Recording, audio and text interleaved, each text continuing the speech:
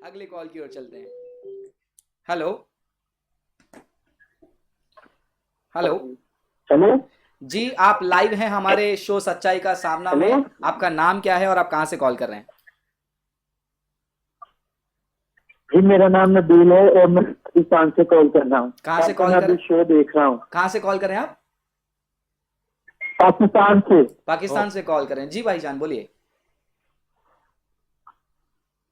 जी sir, मैं बात करना चाहता हूँ भाई फ्रांसिस से। जी जी, मैं फ्रांसिस ही बोल रहा हूँ, बताइए ब्रदर। जी सर, मेरी बात आ रही है आपको? बिल्कुल हाँ बिल्कुल, बिल्कुल आ रही बहुत है। साफ और सख्त एकदम आवाज आ रही है, बताइए। ठीक है सर। सर मैं पहले मैं बहुत ब्लेस हूँ आपके शो सुनने से। और मैं शुक्र अदा करता हूँ आपका, यानी आपने ये शो शुरू किया। और अभी जी मैं पाकिस्तान से हूँ। जी जी जी सर। एंड और ये मैं सवाल पूछना चाहता था कि इधर मुस्लिम लोग कहते हैं कि बादल चेंज हो चुकी है। जी जी जी। तो और उस सवाल को जवाब सर ये कैसे देना, कहते ये हैं कि जानना बादल चाहते हैं आप? चेंज हो चुकी है। जी ये सवाल का जवाब जानना चाहते हैं आप, है ना? जी सर, ये सवाल का जवाब देना चाहता जी हूँ। जी, श्योर, लाइन पर बने रहिए, ये सवाल का जवाब हम दे रहे हैं। तो भाई का सवाल है, भाई ने पाकिस्तान से कॉल किया है हम्म। और उनका सवाल ये है कि जब भी मुसलमानों से यीशु मसीह के बारे में बात करते हैं तो वो कहते हैं कि आपकी बाइबल जो है तब्दील हो गई है, बाइबल बदल दी गई है। तो ये सवाल का जवाब कैसे दे? वैसे जब मैं खुद मुसलमान था, मैं खुद इन बातों पर एक जमाने में यकीन करता था।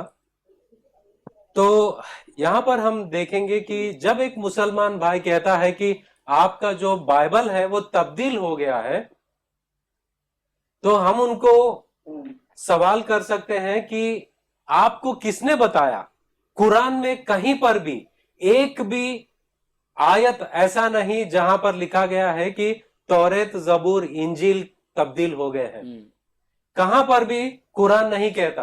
हम्म और कुरान कहता है मुसलमानों से कि ओ मुसलमान, मेरी बात सुनो कि जो कोई पैगंबरों को नहीं मानता, किताबों को नहीं मानता है, वो सही रास्ते से भटक गया है। हम्म तो कुरान एक मुसलमान से कहता है कि उनको तौरेत में, जबूर में और इंजील में ईमान लाना है। हम्म अगर वो लोग तब्दील हो गई ये बात कह रहे हैं, वो ये साबित करने की कोशिश कर रहे हैं कि खुदा ताला अपने कलाम को बचाने में नाकाम हो गए हैं। हम्म क्या खुदा अपने कलाम को बचाने में नाकाम हो सकते हैं?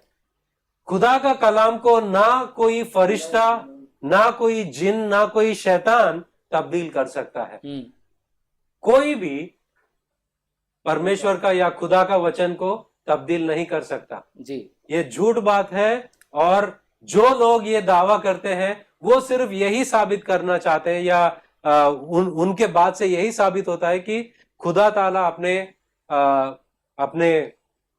वचन को, अपने प्रकाशन को बचाने में नाकामयाब हुए। जी। तो भाई मेरा जो जवाब है, मैं फ्रांसिस बात कर रहा हूं, और मेरा जो जवाब है इसको मैंने हमारे यूट्यूब चैनल पर अपलोड किया है। लेकिन जो दर्शक पहली बार सुन रहे हैं, सवाल का बहुत अच्छा सवाल उठाया आपने। ये सवाल का जवाब मैं कुछ इस प्रकार देना चाहूंगा। जब मुसलमान भाई कहते हैं कि आपका बाइबल बदल गया है, तो दो सवाल उनसे पूछा जाएगा कि तीन सवाल पूछा जाएगा बाय द वे, कि कुरान जो बाइबल जो है वो कब बदली? मोहम्मद साहब के दिनों के पहले बदली, मोहम्मद साहब के दिनों में बदली, या फिर मोहम्मद साहब के दिनों के बाद में बदली? अब ये तीनों में से कोई एक ऑप्शन तो उनको देना ही पड़ेगा।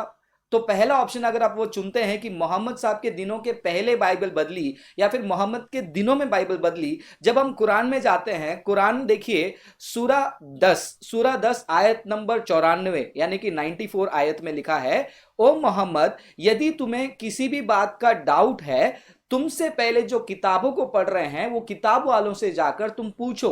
तो कुरान सफाई से कहती है कि मोहम्मद के दिनों में बाइबल जो था, किताब वाले कौन है? वो तोरा और इंजील को रखने वाले।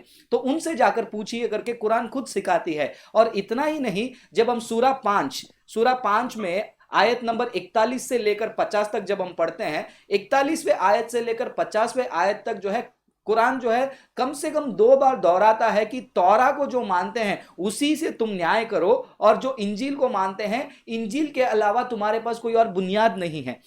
और इसके अलावा अगर आप अल्लाह के आयतों के बारे में बात करेंगे, सूरा 18 में 27वां आयत में लिखा है कि ये कहो इकरा कि जो किताब तुम्हारे खुदा ने तुम्हें दी है उसको बदलने वाला कोई भी नहीं है। तो कुरान कई जगहों पर ये बातों को कहती है कि कुरान अल्लाह के कलाम को कोई बदल नहीं सकता है।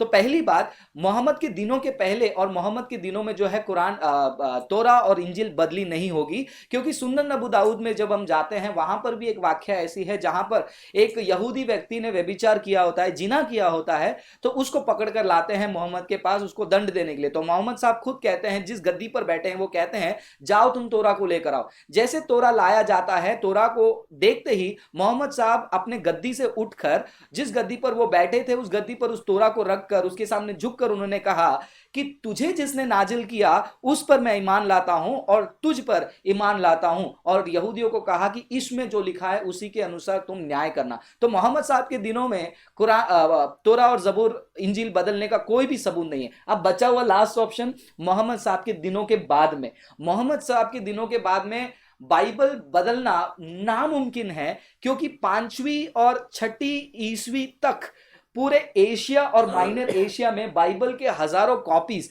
जो प्रोफेसर अकबर ने कहा, वो फैल चुकी थी। जरा सोच कर देखिए, जब हजारों कॉपी, आप पाकिस्तान में रहते हैं, हम ऐसा कहते हैं कि भारत में 500 कॉपी गई, पाकिस्तान में 500 कॉपी गई, नेपाल में कुछ चले गए, मलेशिया में, सिंगापुर में, यूके में, तो ये कैसे संभव है? आज का जमाना तो व्हाट्सएप का जमाना है, फिर भी नहीं होता है। उन दिनों में ये कैसे संभव है कि इतने राज्यों में सब जगह एक एक लाइन में, एक एक पंक्ति में एक ही झूठ को अंदर डालकर कहा जाए कि बाइबल बदल गई है? ये संभव नहीं है लॉजिकली, और कोई भी लॉजिक वाला पर्सन इस बात को जो है मानेगा नहीं। और दूसरी बात, अगर हम लोग इसका जवाब संक्षिप्त में देना चाहेंगे, हम एक बात में दे सकते हैं कि हजरत मोहम्मद से पहले जो किताबें बाइबल के जो थे, अब तक मैं वही बात किया था कि ये सब हजरत मोहम्मद के पहले की किताबों के बारे में जो बात किया था, हजरत मोहम्मद 600 साल के बाद में आए, हजरत ईसा के 600 साल के बाद में आए हैं। हमारे पास आज भी मौजूद है उन सारे किताब जो हजरत मोहम्मद के पहले थे जी। अगर हम आज के जो बाइबल है उसको हजरत मोहम्मद से पहले जो किताबें थे उनके साथ में अगर हम तुलना करते हैं या उसका हम रीचेक करते हैं, तो वही बाइबल आज भी हमारे पास में है जी। तो कहीं पर भी ऐसा वक्त नहीं था जहां पर बाइबल का तब्दील होने का सवाल। यस। और भाई अगर आपको लगता है कि हमने बहुत तेजी से बताया, ये वीडियो खत्म होने के बाद यूट्यूब चैनल पर रहेगा, इसको दोबारा देखिएगा, और साथ साथ एक और वीडियो है मैंने बनाया, वो वीडियो को भी देख लीजिए, और ये इन बातों को आगे जाके हम डिस्कस करेंगे, हाँ, चर्चा करेंगे और डीप रीति से हम लोग जी। और एक और बात भाई, मैं बहुत आपके प्रोग्राम देखता हूँ जी आप बोलें जी। तो हमारे YouTube चैनल पर जो है एक और वीडियो है जिसका नाम है इज़ारे हक। वो वीडियो है ट्रूथ रिवील्ड, इज़ारे हक, जो प्रोफेसर अकबर ने वो किताब लिखी है। उस किताब का जो है वीडियो फॉर्मेट में हमारे चैनल पर है, वो आप डाउनलोड कीजिए, और उस वीडियो के डिस्क्रिप्शन में अगर आप देखेंगे तो आपको एक लिंक मिलेगा जहां पर आप जो है हिंदी वाली उर्दू के भाषा के PDF को जो है आप डाउनलोड कर सकते हैं। उसमें ये बातों को गहराई से समझाया है। ठीक है भाई, ओके जी, थैंक यू सर, बहुत शुक्रिया आपका।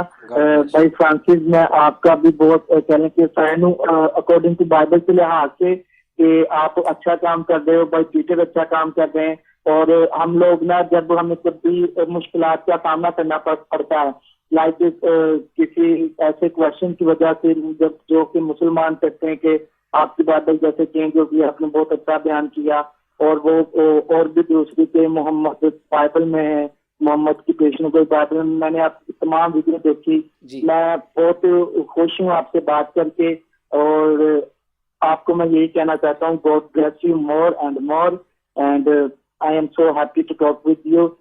So God bless you, bro. Thank you Thank you so so मच, much. बहुत बहुत शुक्रिया। खुदावंत आपको आशीष करे और खुदावंत आपको जरूर सारे कामों में सफलता दे। धन्यवाद, आपके मा- परिवार को भी आशीष करे। थैंक यू भाई।